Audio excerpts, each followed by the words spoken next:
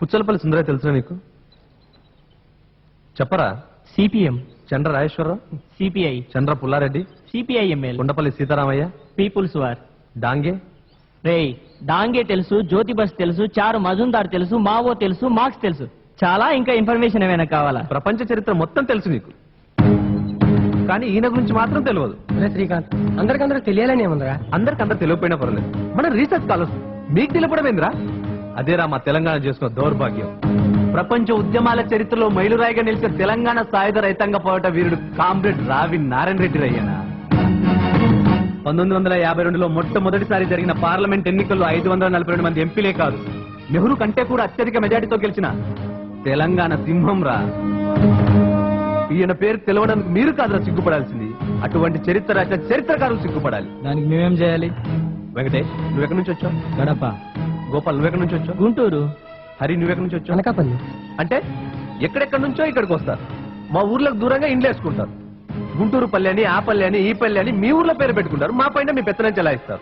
భారతదేశంలో ఎవరెక్కడైనా జీవించే హక్కు, స్వేచ్ఛ మన రాజ్యాంగమే మనకిచ్చింది. ప్రశ్నించే హక్కు నీకెక్కడిదిరా? నేను ప్రశ్నించేది మీ హక్కుని కాదు, మీ ఆధిపత్యాన్ని, మీ అహంకారాన్ని. తెలంగాణ ప్రజలంటే మీకు చులకన, తెలంగాణ భాషను చులకన, తెలంగాణ యాసంటే చులకన. తినేది ఇక్కడ తిండి, పీల్చేది ఇక్కడ గాలి, తాగేది ఇక్కడ నీళ్లు, వాడేది అక్కడి పాస్. శ్రీకాంత్, తెలియకుండా మాట్లాడకు. మా వాళ్ళు వచ్చి మీకు వ్యవసాయం నేర్పారు, పద్ధతులు నేర్పారు, కల్చర్ నేర్పారు. ఆహా, ఇంగ్లీష్ వచ్చి మీకు నేర్పానంటాడు, మీరు వచ్చి మాకు నేర్పానంటారు. ఎవరికి ఎవరు నేర్పినరా? నేర్పినా తెలంగాణ అభివృద్ధి చెందిందా? జరగలేదా? అనేక ఇండస్ట్రీస్ పెట్టి వేలాది ఉద్యోగాలు కల్పించింది ఎవరు? కాలేజీలు కట్టించింది ఎవరు? కార్పొరేట్ హాస్పిటల్ పెట్టించింది ఎవరు? మీరేరా? మీరే. అనేక ఇండస్ట్రీస్ పెట్టారు, లక్షలాది మందికి ఉపాధి కల్పించారు, కానీ అందులో తెలంగాణ వాళ్ళకి ఎంత శాతం ఉద్యోగాలు ఇచ్చారు?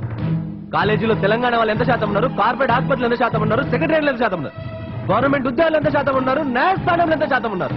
70% మీరుంటే 20% మేమున్నాం.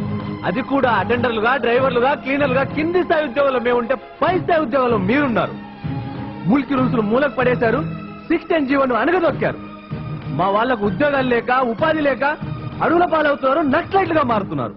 ఏంట్రా నువ్వు మాట్లాడేది? వాస్తవం రా, ఇది వాస్తవం. అలాగంటే ఐటీని డెవలప్ చేసి హైటెక్ సిటీగా మార్చింది ఎవరు? రోడ్లు, రింగ్ రోడ్లు, ఔటర్ రింగ్ రోడ్లు, రియల్ ఎస్టేట్, ఇంటర్నేషనల్ ఎయిర్పోర్ట్, వీటన్నిటితో హైదరాబాద్ సిటీని గ్రేటర్ సిటీగా ప్రపంచం గుర్తించే స్థాయికి తీసుకొని వచ్చింది ఎవరు? మీరేనా? ఇది మీరే. కానీ నువ్వు గొప్పగా చెప్పుకుంటున్నావే, ఐటీలు, హైటెక్ సిటీలు కాదు, వాటి పక్కన ఉన్న పూరి గుడిసెలు చూడు, మా తెలంగాణ పరిస్థితులు మీకే అర్థమవుతాయి. రోడ్లు, రింగ్ రోడ్లు, ఔటర్ రింగ్ రోడ్లు కాదు, వాటి పక్కన దినదిన గండంగా గడుపుతున్న కూలీలు చూడు, మా తెలంగాణ పరిస్థితులు ఏంటో మీకే అర్థమవుతాయి. రియల్ ఎస్టేట్, ఇంటర్నేషనల్ ఎయిర్పోర్ట్ అని కోట్లు మీరు సంపాదిస్తున్నారు, మా తెలంగాణ నోట్లో మట్టి కొడుతున్నారు. కృష్ణా, గోదావరి నదులు 70% తెలంగాణలో ప్రవహిస్తున్నా నల్గొండ జిల్లా ప్రజలు ఫ్లోరైడ్ నీళ్ళు తాగి అవిటి వల్ల అల్లాడుతున్న గుక్కే మంచి పరిస్థితి లేదు. నీళ్లు మీకుపోతున్నాయి, కన్నీళ్లు మాకు మిగులుతున్నాయి. 2 జీవనదుల మధ్య ఉన్న మా తెలంగాణ జీవమే లేకుండా పోతుందిరా. ఇన్ని అన్యాయాలు జరుగుతుంటే మీ రాజకీయ నాయకులు, మీ దొరలు, మీ పెత్తందారులు ఏం చేస్తున్నారా? నువ్వు వెళ్ళి వాళ్ళని అడుగు. అడుగుతాం, ఎవరినైనా సరే అడుగుతాం.